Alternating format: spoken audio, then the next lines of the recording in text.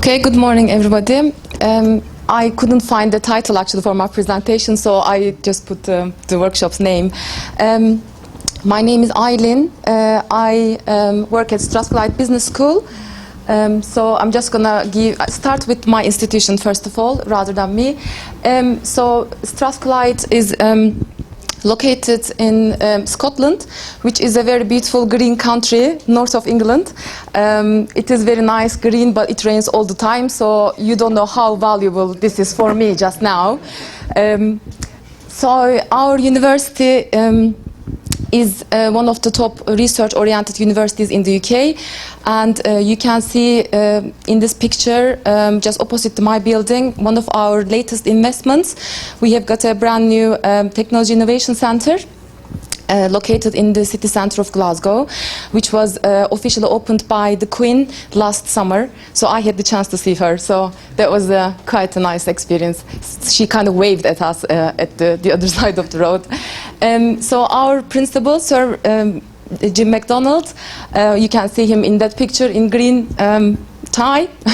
So I have to say, Strathclyde has a kind of tradition. We have got many academics like Professor MacDonald, very much kind of industry-oriented. They are quite business-like people, and they are a bit obsessed about industry-academia collaboration.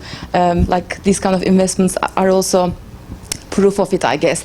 And because Scotland is quite a small region, we are very well connected with the business community, Scottish government, Scottish enterprise, and the universities, basically. It's quite a good ecosystem we have got in Scotland. And the vision is basically, again, it's very much driven by Jim MacDonald. He wants to see Strathclyde specializing in technology management, so it's almost like MIT kind of model. So we are trying to differentiate ourselves in terms of our offerings as well. In terms of scale, I think it's like a third of Sao Paulo, based on the figures I remember from yesterday. So it's much smaller compared to here, but still quite a significant number. So it's the biggest engineering education provider in Scotland. We have got 22,000 students and more than 3,000 international staff members who come from 100 different countries. As you can see here, I think we have got just a couple of real British people, actually, even in the UK delegation list. I think it just shows that how UK is brilliant, I have to say, from that point of view. So much variety, and in terms of countries, different. Everybody brings different, I think, contributions to the society and the economy. And the Strathclyde University, we have got this kind of award scheme in the UK, Times Education Awards, so we were the winner 3 consecutive years, and it was UK University of the Year 2012. As I said, we very much specialize in engineering, and it is also kind of based on the REF. REF is a kind of government-run assessment of the quality of universities in terms of research, and REF results showed that our physics department is #1 in the whole UK. And electronic engineering is #1 in Scotland, and the Strathclyde Business School is #1 in Scotland, and one of the top 10 business schools in the UK in terms of research output. And we are hosting the very first Fraunhofer Institute. It's a very successful, basically German network of contract R&D centers, and they chose Scotland, Strathclyde, to open up their first centers in TIC building. So, now this is Strathclyde, and now I'll just introduce myself, a bit of my background. I have got maybe slightly different journey to many academics, I suppose. I am from Istanbul, Turkey originally, and I studied industrial engineering in Istanbul Technical University. It's a very famous engineering school in Istanbul. And then I moved to Scotland, and I worked in Weir Group as a process engineer in product development department for a couple of years, and then I decided to do a PhD. So I looked at strategic management processes in manufacturing small to medium-sized companies. And my PhD was funded by a larger EPSRC project, basically. So I had the opportunity to work with many companies. It was an interdisciplinary project, so my PhD was part of that large project, basically. And then rather than moving to lectureship positions, I decided to do more research and build my research profile. So I took research fellow positions. The first project we coordinated in Strathclyde is funded by European FP7 framework program, Future SME. So we worked with 8 different European countries, 26 partners. And half of the partners were SMEs. So we developed SME-friendly business capability development tools, and they are all available on futuresme.eu website. So it's almost like an app store kind of model. So there are a lot of specific tools relevant to SME capability development. And then I worked in another EPSRC-funded project in collaboration with many UK universities, but we were looking at the supply chain of this continuous manufacturing and crystallization technology with Cambridge University, IFM. And then I was a bit confused, so I always kind of thinking about should I go industry or stay in academia, that kind of dilemma. So I decided to take up a research manager job in London. So I worked there just under 2 years, and it is basically High-Speed Sustainable Manufacturing Institute, and HSMI is founded by Ford Motor Company. So they specialize in doing kind of green technologies, low carbon technologies, fuel cell, virtual engineering, that kind of domain in automotive sector. So they are also now part of this new government initiative, Advanced Propulsion Center. They are one of the hubs in London. So it was a fantastic experience. I had the opportunity to work with Fords and JLRs and New Holland, all the Essex, London region. So it was fantastic, I have to say, in terms of understanding the dark side. And then I took up a lectureship position just a year ago in Strathclyde Business School. So I think it's a little bit of different journey, I would say. I started with engineering, and my research career was mainly in engineering faculty, production engineering, kind of equivalent to that. But now I am the business school. Again, I should say it's a different concept again. So my main areas, so I work within high-value manufacturing mainly. That's my main research field. So high-value manufacturing is a very policy-driven terminology, I would say. It's not actually coming from industry, it's not coming from academia, but it is actually policy. So UK government decided after 2008, after the economic crisis, they decided to rebalance the economy, because UK is a very service-oriented banking sector, is huge, and it's very much reliant on services. So they took the German model a little bit, I should say, because manufacturing contribution is 10-12% of GDP in the UK, whereas in Germany it is 22%, so it's twice more. It's much more balanced, it's much more resilient. So they had that model kind of, and they had this vision for manufacturing firms saying you need to move up to higher value propositions through kind of better technology, green offerings, kind of product service bundles. So you are not competing based on cost and price with China or India, but you are moving higher positions, and the customers are actually happy to pay that premium. And based on my project work, because I worked in this EU project with lots of SMEs, so my main publications so far are around performance management of SMEs because of the projects. So, but I'm moving more to disruptive and open innovation domain because of my experience in HSMI, working in a catapult, because I had a bit of experience in AFRC as well. It's part of high-value manufacturing catapult centers. So I'm moving more kind of looking at how different organizations from different cultures, if you like, this web of culture coming together to innovate. So it's a very, very complex structure because business people, they have got their own culture and language. Academics, they have got their own. So how do you bring all these different people in an ecosystem, if you like, and innovate, because UK have to innovate. So we are not able to compete on cost. And circular economy, I think, is such a popular theme. I think based on Horizon 2020 calls, it is something that we are also chasing, I have to say. So in terms of publications, as I said, because of my PhD work, EPSRC project, and then followed by this large EU project, so we have got a lot of data collected over the years. So we are publishing, basically.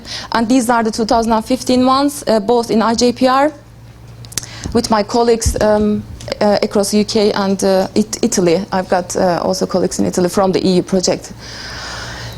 Okay, I'm not going to go into much, but yeah, so far my publications have been mainly in operations management journals, IGOPM, product planning and control, mainly IJPR. So in terms of the conferences, these are the conferences I generally attend. It has been a long time, I haven't been to any, but this year hopefully I will go. Because of my work in HSMI and also in AFRC, I had quite a kind of longitudinal data looking at how to accelerate innovation in manufacturing supply chains in the UK. So that paper is under review in Technovation at the moment. And I have got a couple of different versions submitted to a couple of conferences, but they are kind of similar.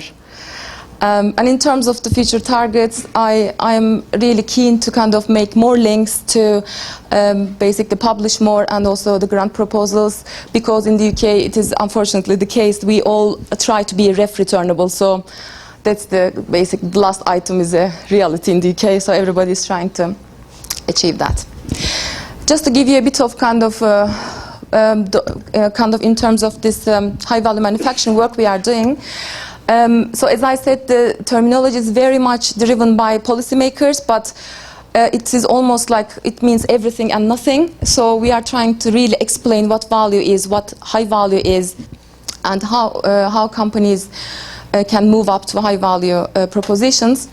And since I am now in the business school, and the business school, they are very, very theoretical, and if you don't know theory, you cannot publish all these in 4-star journals. So that's why I've got good collaborations with my very successful professors, and so it's a good synergy we have got. So people have got different kind of knowledge, body of knowledge. They are aware of the literature, if you like, in strategy, supply chains, operations, and innovation. So these are the literatures we looked at and developed a theoretical foundation to explain high-value manufacturing.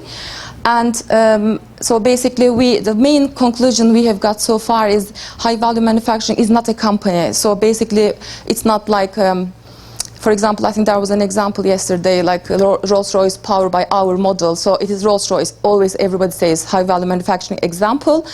But we found that high-value manufacturing is actually an activity network. So there are different actors in that network trying to create or co-create value for different system of use. So for example, Bosch might be working with automotive, but at the same time aerospace, or so it's a very complex activity network that high-value manufacturing is more like a verb rather than a noun. So we are kind of developing this discussion, and it is currently under review informally by Andrew Pettigrew, because Andrew is a really good close friend to my professor, so we had the chance to pass the paper to him, and he was quite actually positive, so fingers crossed. We are targeting research policy for this paper.